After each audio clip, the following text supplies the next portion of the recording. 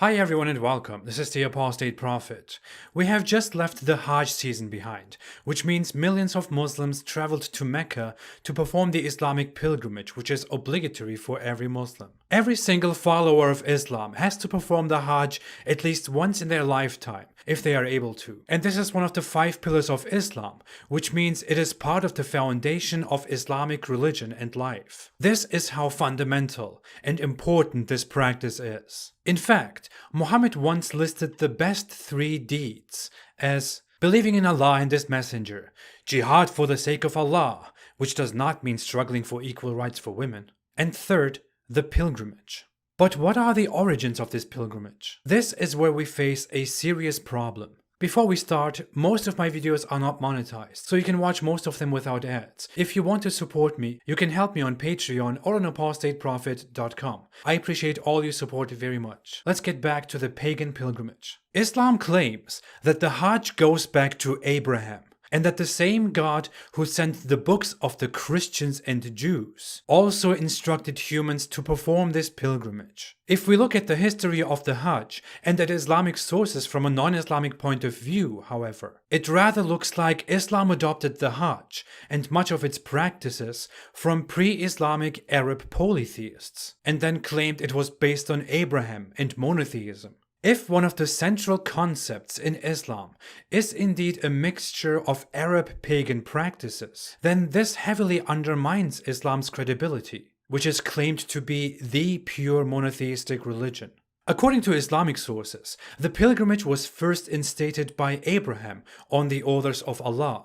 Abraham once came to the desert of Mecca to leave his wife Hagar and their son Ishmael in the desert with little food and little to drink. Abraham left and Hagar was desperate, but then Allah, by a miracle, caused water to gush from the earth, the Zamzam water. This water is holy. It does not only keep you hydrated, it also satisfies your hunger and feeds you. I hear you ask, so can I survive by just drinking the Zamzam water? Well, only if you drink it with faith. So basically it's bullshit. Anyways, because of this water, tribes formed around the Zamzam well, and Ishmael grew up and married among these tribes, and later Abraham came back and said, "Hey, what's up, long time no see," and then Allah instructed Abraham and Ishmael to build this cube, the Kaaba, for Allah, and for Abraham to go out into the world and let the people know that they should henceforth visit the Kaaba for pilgrimage. This is a whole weird story. First off, Abraham was never anywhere near Mecca by any account ever before Islam. Abraham lived far in the north, where Hebrew people lived, and built temples there, and wandered in the wilderness far up there, and had his family there. Hagar was Abraham's concubine, not wife. They were left and found water in the wilderness of Beersheba, which is here, not here. They settled nearby in a place called Desert of Paran, which is around here. And Ishmael married a woman from Egypt, not from some tribe far away in the south, to a place they've never been. Moreover, by no records ever did Abraham instruct people to go on a pilgrimage to some place in Central or South Arabia, which is why no Jews or Christians ever performed any pilgrimage like that, to Mecca or to the Kaaba. In fact, nobody ever, except Arabs in Arabia, used to go to Mecca for a pilgrimage, although Islam implies that Abraham was sent to inform the world to do so. This practice is completely foreign to Jews and Christians, and it has no place in their holy books or their history. Of course, Muslims say that it is foreign to Jews and Christians because they corrupted their books at some point. But no one can prove that. And why would they corrupt their own scripture and remove something from their texts that was supposedly so central to their religion and to their tradition? Firstly, no one does that. People want to believe in what they believe. They believe because they believe in the afterlife. And they want to be rewarded. They want to go to the good place. People don't just throw themselves into fire and annihilation willingly. Secondly, it is virtually impossible that that ever happened, and the Kaaba and Mecca and that pilgrimage were entirely removed from a religion and vanished from Jewish scripture, history, and practice with no traces at all. That's like Christians removing Jesus from Christianity completely, and no Christian today having anything to do with Jesus. No traces. Imagine. Or Muslims completely removing Muhammad and no Muslim today knowing who or what a Muhammad was. That's impossible. Thirdly, considering Islam's claim that it was also Allah who sent Jesus with a holy message, that would mean that Christians, who evidently never had anything to do with the Kaaba and Mecca, adopted a wrong and corrupted religion from Jews, and that all Christians were always incomplete and misled. Which would mean Allah and His actions failed completely when it comes to Christians, who demonstrably never knew of the Kaaba or performed any pilgrimage like this. What this shows to me is very clear. The Kaaba as an Abrahamic concept and the Islamic Hajj is an Islamic invention. What makes this more evident is the fact that the Kaaba was not mentioned in the writings of any Jewish, Christian, or other, for example, Greek historians, especially not as an Abrahamic artifact. Can you imagine? The Kaaba was supposedly so important to Jews. It was a central part of their religion, but they completely left it alone down there in Arabia. If the Kaaba had been central to Jewish tradition, and according to Islam it must have been so, then Jews would know it as holy. They would protect it by all means. They would reside around the Kaaba in masses. Jews still stayed in Jerusalem for hundreds and thousands of years. There were no Jews in Mecca at the time Muhammad was around, although the local polytheists were weak merchants who were totally tolerant of other people's religious beliefs. Now, when we look at history, the first time we ever hear about anything like the Kaaba is in the sources of Ptolemy II, Agatharchides, and Siculus. But they only mention a temple in Arabia that is revered by Arabs, Arab pagans. And although identified by some as the Kaaba, this is a misidentification and most likely refers to a temple of the Thamud, an ancient civilization who resided far in the north in Madain Saleh, most prominently around Mount Athlab, where they had their holy temples and artifacts. So even this early source doesn't actually mention the Kaaba. At this point it is still unknown.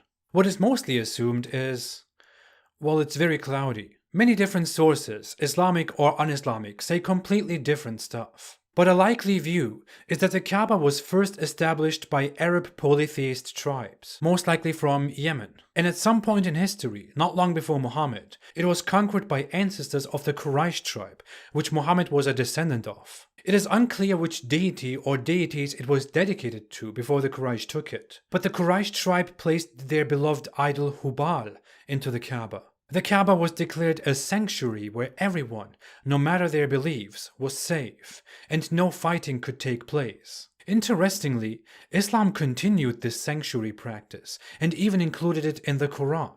The pagans also had sacred months in which fighting was forbidden, and Islam adopted even that, and inserted it in the Quran. Most notoriously, it tells the Muslims that after the sacred months have passed, they should hunt, ambush, and slaughter the polytheists wherever they are found. Why does Islam adopt something like the sacred months from pagans that has nothing to do with Abrahamic religion?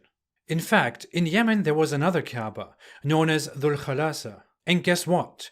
When Muhammad conquered Mecca and the Kaaba, he ordered his people to go to Yemen and destroy the other Kaaba. His army met with resistance and created a massacre, destroyed the Yemeni Kaaba, and returned to Muhammad in praise. So, besides the Kaaba in Mecca, which was at the time a polytheist temple, there was another Kaaba in Yemen, which was also a polytheist temple. Dear Muslims, there was another Kaaba in Yemen, which Muhammad wanted to destroy. How clearer could it be? Muslims nowadays turn toward the Kaaba, but initially they prayed toward Jerusalem, according to Islamic tradition. And Allah announced in the Quran that they should pray toward the Kaaba from now on, which made Muhammad happy. The background to this seems that Jews used to make fun of the Muslims for imitating them, for praying toward Jerusalem as Jews do, which is why Muhammad wanted to change the direction towards the Kaaba. But in order to do that, he had to make the Kaaba holy in Islam. The Quran then explained how the Kaaba was Allah's sacred house, the first building ever built for him, and that it is the center of attention where believers are supposed to turn when praying and go to for the pilgrimage, and turn around when doing the pilgrimage. Speaking of turning around the Kaaba, isn't it interesting that Muslims circle the Kaaba on their pilgrimage? Why do they do this? In Abrahamic religion, there is no such practice as coming together, everyone, and circling a cube 7 times, while pointing toward a black stone at its corner and greeting that stone. This is something Arab pagans used to do. Even according to Muslim sources, biographies of Muhammad, traditions, and more outside reports, the pagans used to reverse stones, like the black stone. They would greet it and pray with it. The black stone that is currently there, and that has been revered by Muslims for some reason, was placed there by Arab pagans. Muhammad adopted that practice and greeted and kissed the stone. Muslims today do the same when they go to the pilgrimage. This is part of the pilgrimage. They greet it, touch it, kiss it, and hope for its intercession in the hereafter. This is a very pagan practice and has nothing to do with Abrahamic religion. One of Muhammad's most important companions, the second Caliph Umar, even said, "Verily, I know you are only a stone with no power to harm or benefit me. Were it not that I saw the Prophet, peace and blessings be upon him, kiss you, I would not have kissed you." So, one of Muhammad's most important companions, later the leader of Muslims, even said that he doesn't expect anything from the stone and that he only kisses it because Muhammad kissed it. And Muhammad probably only kissed it because polytheists used to do the same. And he adopted their practice in order to appease them and lure them into Islam, or just to establish a mixed religion by adopting different elements from different religions, because it makes so much sense. In fact, if you ask Muslims why they do it, they will probably say because it is a sunnah, the tradition of Muhammad, because Muhammad used to do it. There is no sense to this, no explanation. According to the same reports, the pagans used to do the pilgrimage and come to the Kaaba every year and circle it. By Muslim tradition, after Muhammad conquered Mecca and took control of the Kaaba, polytheists used to still come to the Kaaba and encircle it while naked or half-clothed. Muhammad then banned polytheists from visiting the Kaaba. This order is even in the Quran, which tells people to keep polytheists away from the Kaaba because they are filthy. It is very obvious, an undeniable fact, even by Islamic standards, that the Arab polytheists used to circumambulate the Kaaba, and no one else. If we want to look at other cultures that practice circumambulation, we find the practice among Hindus and Buddhists, who encircle altars to honor deities. Hinduism is a major non-Abrahamic belief system that shares a lot of similarities with, and maybe even influenced Arab polytheism. This has nothing to do with Abrahamic monotheistic religion. It is also reported that the polytheists used to wear pieces of cloth during their pilgrimage, which is required for Muslim pilgrims during the pilgrimage and is called the ihram. Muslims are supposed to wear it for the entire pilgrimage, and this practice was adopted from the pagans. Muslims sacrifice animals during the pilgrimage, and so did the polytheists. Muslims shave their heads for the pilgrimage, and so did the polytheists. Muslims chant during their pilgrimage, and so did the polytheists. Muslims walk between these two hills, known as Safa and Marwa, during their pilgrimage, and they explain that this is done to imitate Hagar walking between the two hills, looking for help when her son Ishmael was hungry and thirsty. This explanation is most likely an Islamic fabrication. According to a well-authentic Islamic hadith, early Muslims disliked this practice because this is a ceremony that the Arab pagans used to practice in the pre-Islamic period of ignorance, until Muhammad revealed a mysterious Quran verse. Indeed, Safa and Marwa are among the symbols of Allah, so whoever makes Hajj to the house or performs Umrah, there is no blame upon him for walking between them. Notice, the Muslims didn't have any reasonably Abrahamic Islamic explanation to this practice. They only knew it as an ignorant practice of the polytheists, and then Muhammad adopted it. All of this looks very much like a confirmation of what people increasingly say. Islam is a mashup of completely unrelated, incompatible religious practices. It based itself on Abrahamic religion, claimed to be the purest Abrahamic religion, took so many elements from Arab paganism and made them central to its own religion. And it even took elements from other religions and traditions besides these. And today, Muslims go around claiming this was the only absolute truth, coming from the one and almighty Creator, Allah.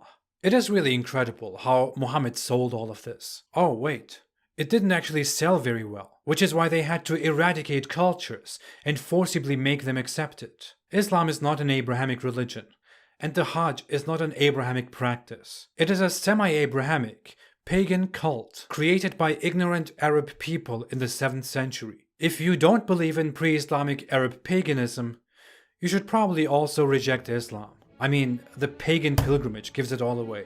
Thanks for watching. If you like this video, don't forget to subscribe, to like, and to share. I will be back again very soon. Have a wonderful day, and stay away from Islam.